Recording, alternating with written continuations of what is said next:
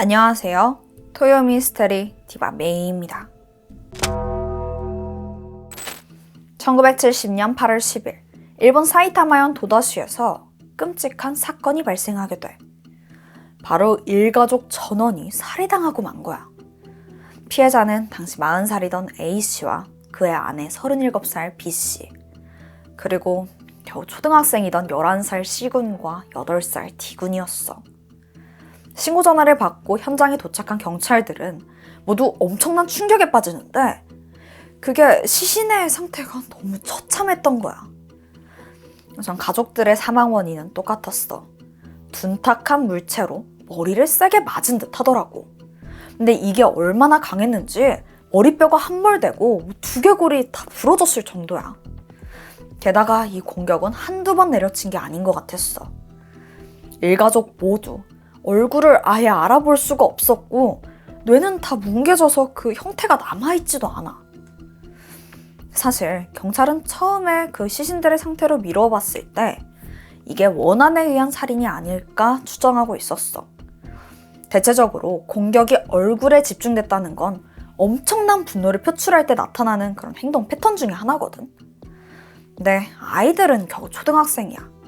그런 부모에게 원한이 있는 그런 누군가가 벌인 짓이 아닐까라고 생각했는데 그때 장남 C군의 몸에서 심상치 않은 흔적을 발견하게 돼. 온몸에 수십 개의 창흔이 남아있던 거야. 근데 이 창흔이라는 게 칼에 찔린 흔적을 말하거든. 그러니까 경찰은 너무 혼란스러운 거야.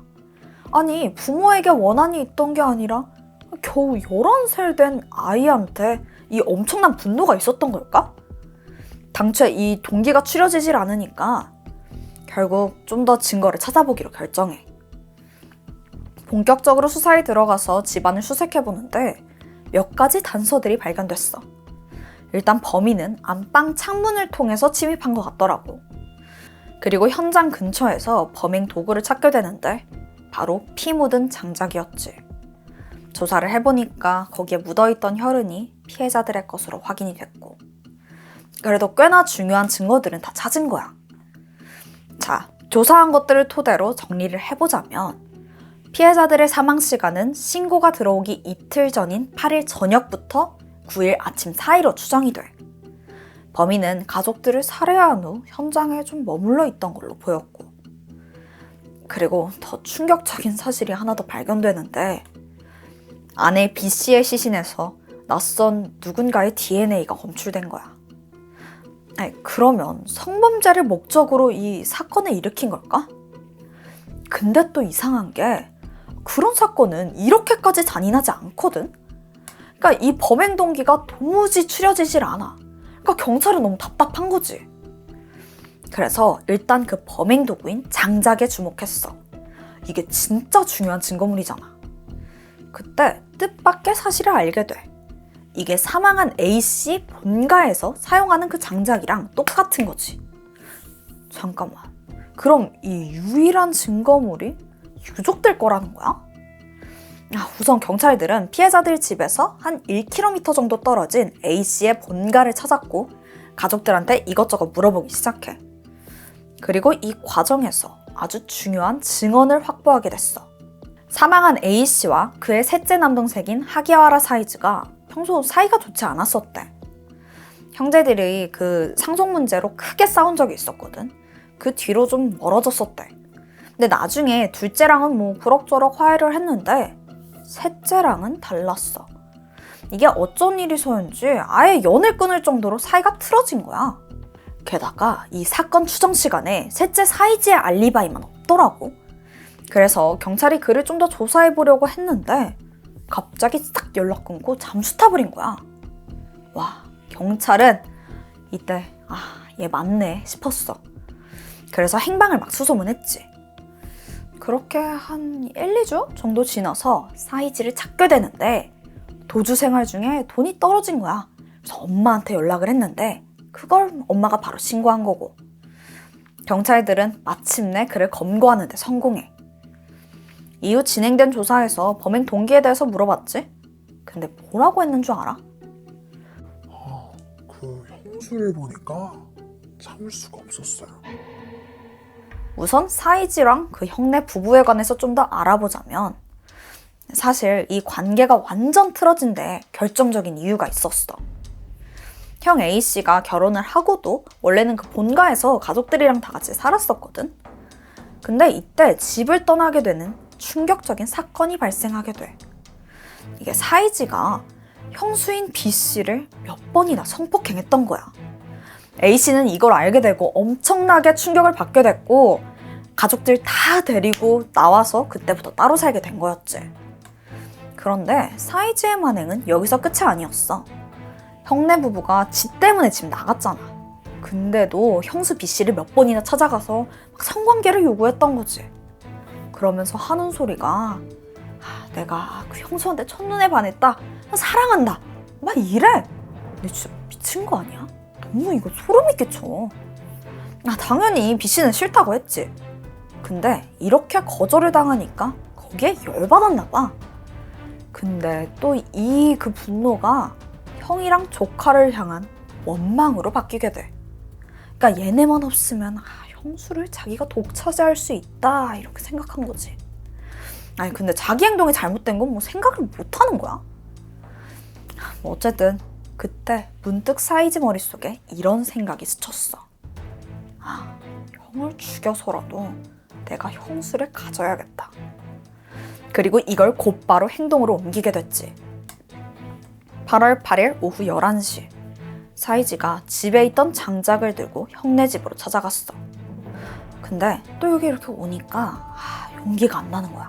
그래서 돌아가려고 하는데 창문을 통해서 안방이 보이더라고. 그때 형네 부부가 관계를 나누는 모습을 보게 돼. 그리고 여기서 엄청난 질투심을 느꼈고 분노가 치밀어 오른 거야. 그리고 그때 결심하게 됐지. 다 죽여버려야겠다. 가족들이 잠든 시간, 사이지가 창문을 열고 안방으로 들어왔어.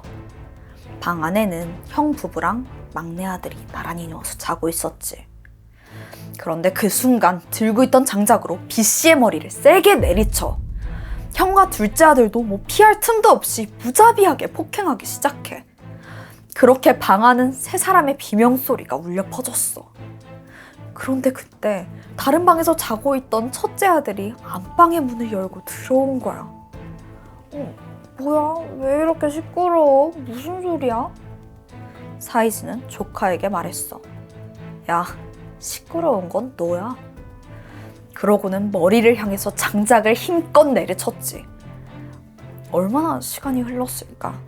어느새 방 안은 온통 피범벅이었고 네 사람은 어떠한 미동도 보이지 않았어.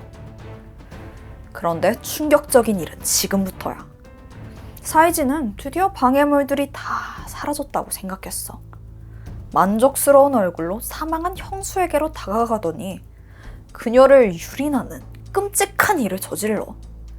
그런데 그때 첫째 아들이 삼촌 살려주세요. 살려주세요.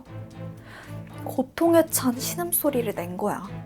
사이지는 자기의 조카를 향해 다가가더니 가차없이 칼을 휘둘렀지. 겨우 자기 시간에 방해한다는 그런 이유에서였어. 그렇게 아이에게 수십 개의 창흔이 발견된 거였고. 이어지는 진술은 더 어이가 없는데 뭐라고 했냐면 아니 나는 애초에 형이 왜 그렇게 화가 났는지 모르겠어요. 아니 그 형수도 그렇고요. 여러 명이 자기 좋아하면 더 좋은 거 아니에요? 이런 막말을 하는 거야. 그러니까 일반적인 개념으로는 도저히 이해할 수가 없어. 아니 뭐 이해하고 싶지도 않고. 근데 보니까 사이즈는 어렸을 때부터 평범하지 않았어. 그러니까 정확히 말하자면 그냥 이상했지.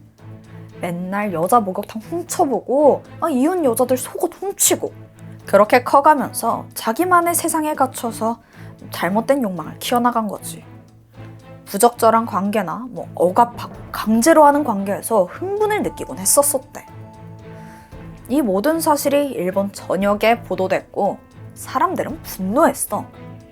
사건에 대한 첫 재판이 열리는 날 많은 사람들 관심 속에 사이지가 모습을 드러냈는데 그 반성의 기미는 전혀 보이지 않더라고. 잔혹한 범행에 판사도 아주 혀를 내두를 정도야. 그 어린아이들이 안타깝지도 않냐? 라고 물어봤거든. 그랬더니 뭐라고 했는 줄 알아?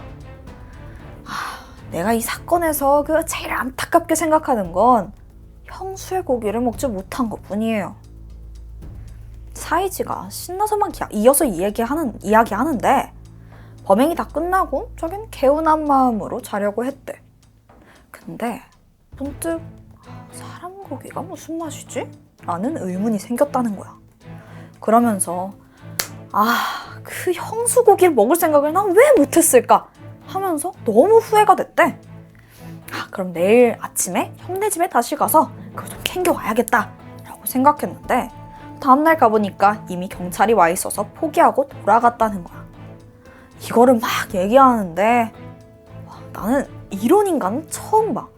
아니, 얘를 인간이라고 불러도 되는 걸까? 사람들은 이 말에 진짜 경악을 했고 검사는 사이지가 진짜 갱생의 여지가 없다면서 사형을 요구했어. 이게 누가 봐도 끔찍한 사건이었잖아. 빠르게 재판이 진행될 거라고 다들 예상했지만 그 예상과는 다르게 결과가 나오기까지 2년이나 걸렸어.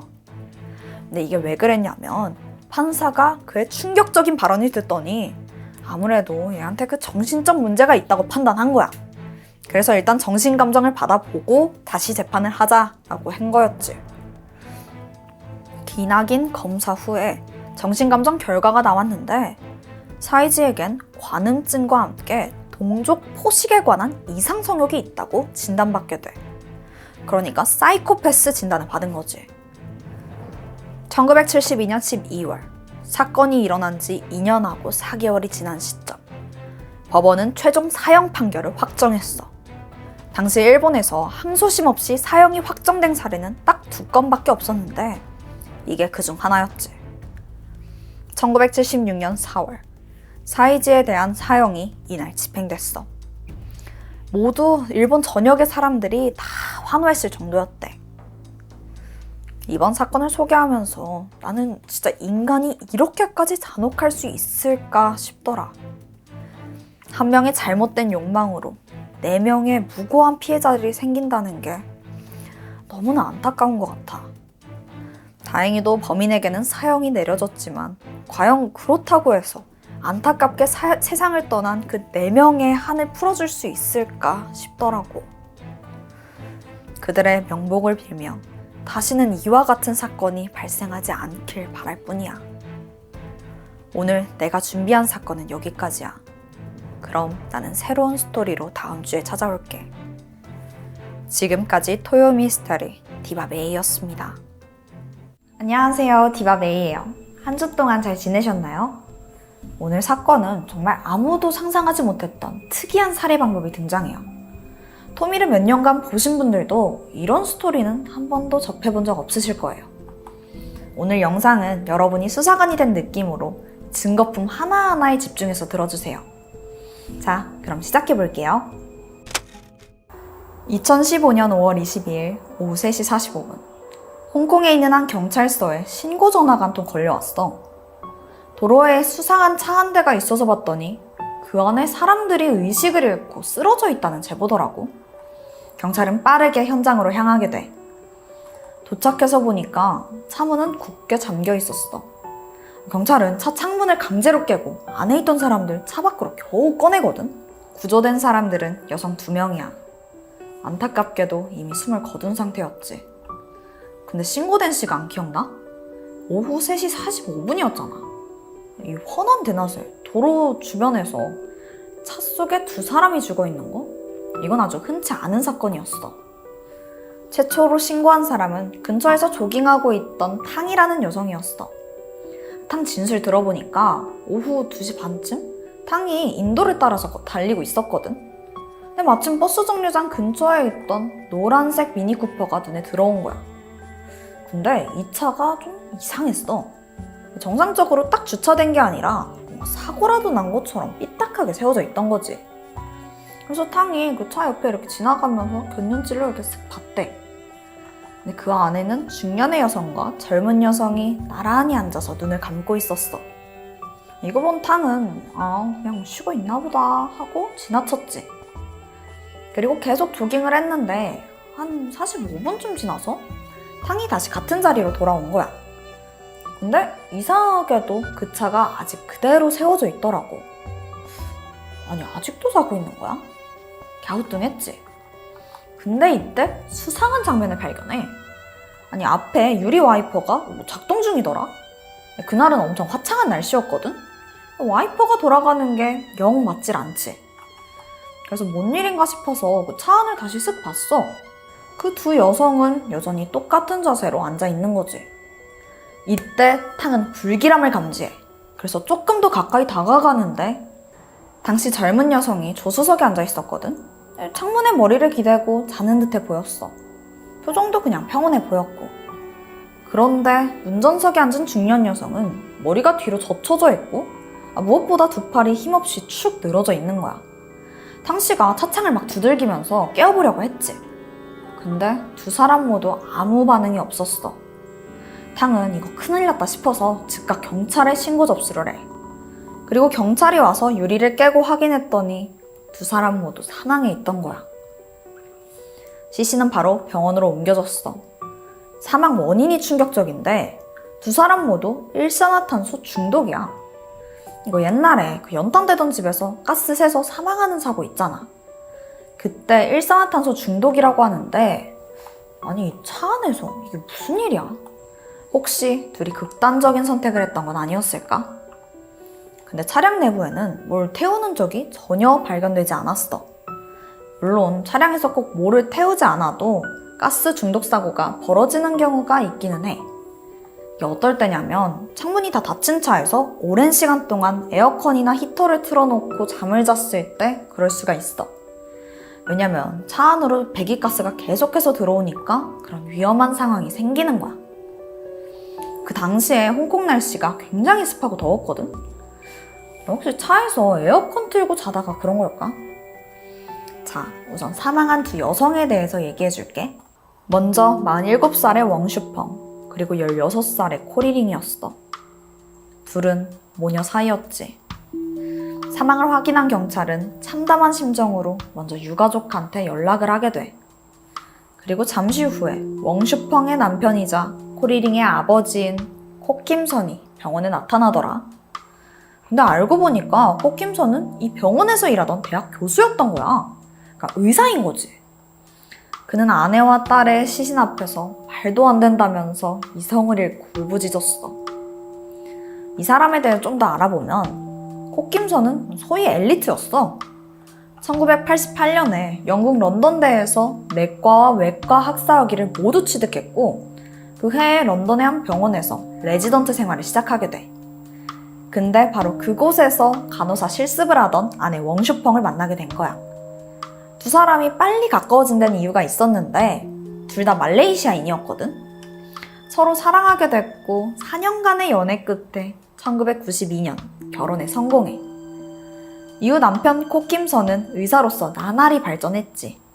아내 역시 간호사로 의료업계에서 일했기 때문에 두 사람 다 경제적으로 넉넉한 편이었고 1996년에는 영국 생활을 정리하고 홍콩으로 넘어왔고 부부 사이에 4명의 아이들까지 두면서 그야말로 행복한 가족을 꾸렸어. 그냥 딱 봐도 남부러울 것 없는 가족인 거야. 그러다가 갑작스러운 아내와 딸의 죽음으로 그 행복이 산산조각난 거야. 자, 이제 수사가 시작돼. 이게 또 되게 어려웠다? 왜냐면 경찰은 이게 사고인지 사건인지 확신이 없는 거지. 경찰이 먼저 의심한 건 차량 결함이었어. 혹시 어떤 문제로 배기가스가 실내로 새어들어와서 사망했을 가능성도 있으니까. 하지만 이 차량은 사건 발생 며칠 전에 정비소에서 점검을 했더라고. 그땐 별 문제가 없었어. 그래도 혹시 모르니까 다시 한번 전문 시설에 감식을 진행했거든. 아니 근데 아무런 문제가 없어. 그래서 혹시 놓친 건 없는지 내부를 샅샅이 뒤졌는데 사람을 죽일 만한 별다른 건 없더라고. 그나마 트렁크에서 테니스채 한 쌍이랑 테니스공, 그리고 바람 빠진 은색 짐볼, 이 정도가 다였어. 짐볼 알지? 이거 헬스장 가면 있잖아. 보통 한 명 정도가 앉을 수 있는 만한 크기의 그냥 고무 공이야. 트렁크에서 나온 건 이거 단데 그래도 증거품이니까 경찰은 살펴봤지. 무심코 바람 빠진 진보를 들어보는데 그 공기 마개가 없는 거야. 차를 다 뒤져도 그 마개가 나오질 않아. 물론 트렁크에 큰 진보를 실어야 돼서 일부러 공기 빼뒀을 수도 있지. 그리고 뭐 마개도 잠깐 열었다가 잃어버렸을 수도 있고 다른 것에 뒀을 수도 있고. 어쨌든 진보를 정밀 감식해봤거든. 근데 안에서 의외의 성분이 나오더라.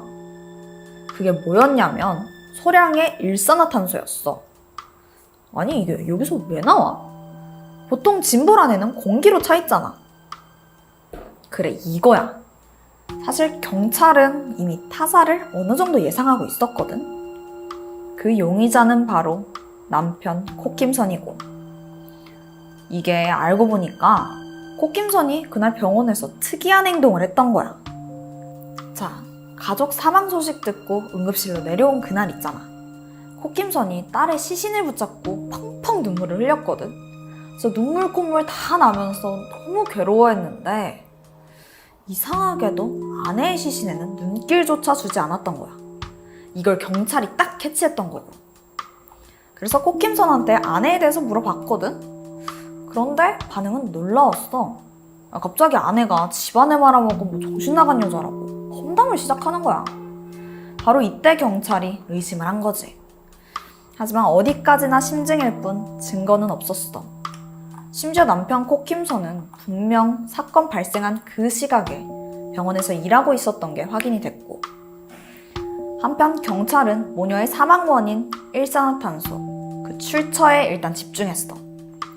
사실 홍콩은 일산화탄소 판매가 굉장히 까다로운 나라래. 그래서 구매할 수 있는 곳도 몇 안 되는 거지. 경찰은 판매업체를 하나하나 추적하기 시작해.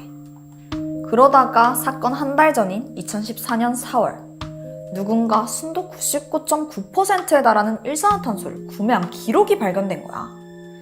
구매자가 누구였는지 알아? 남편? 아니, 남편의 동료인 한 의사였어.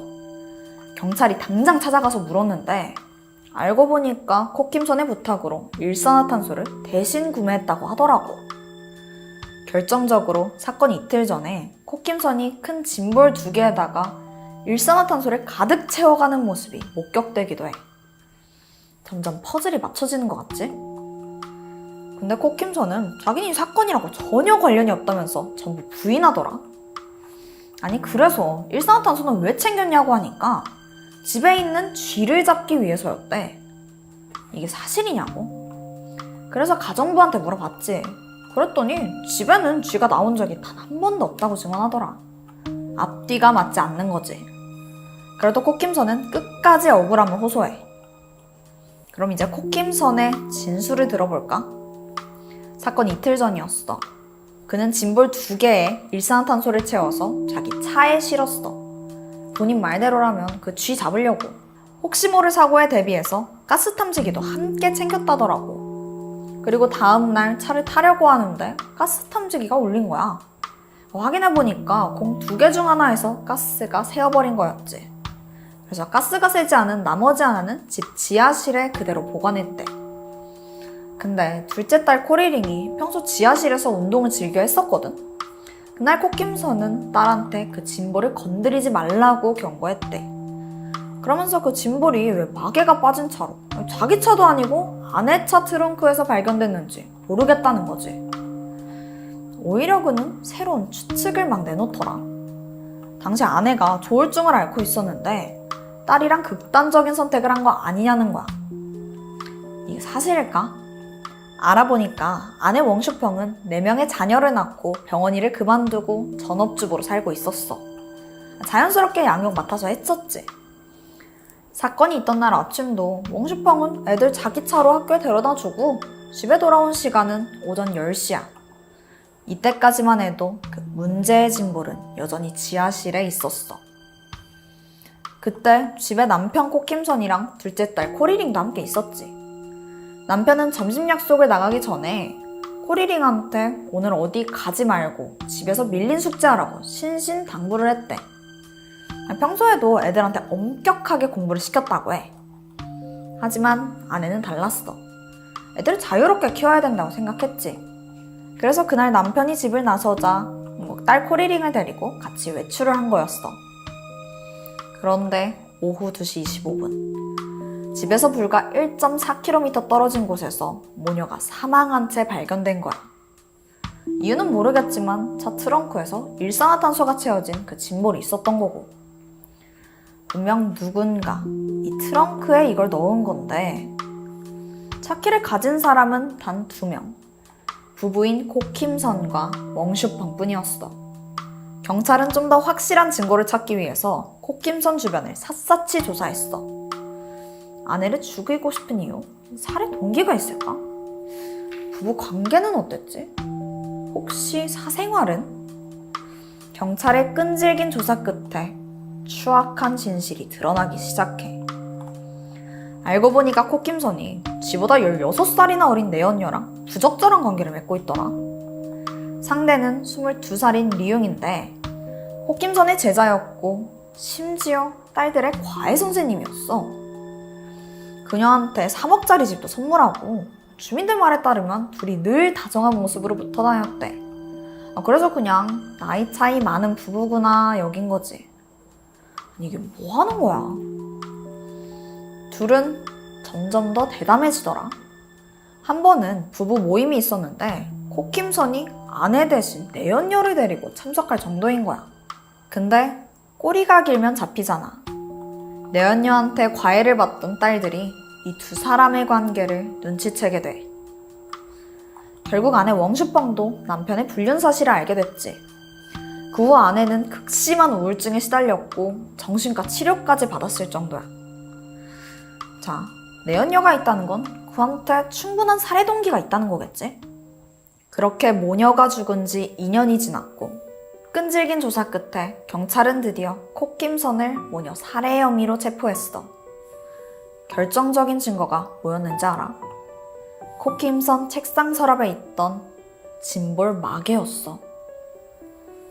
자, 이제부터 사건의 전말에 대해서 내가 얘기해줄게.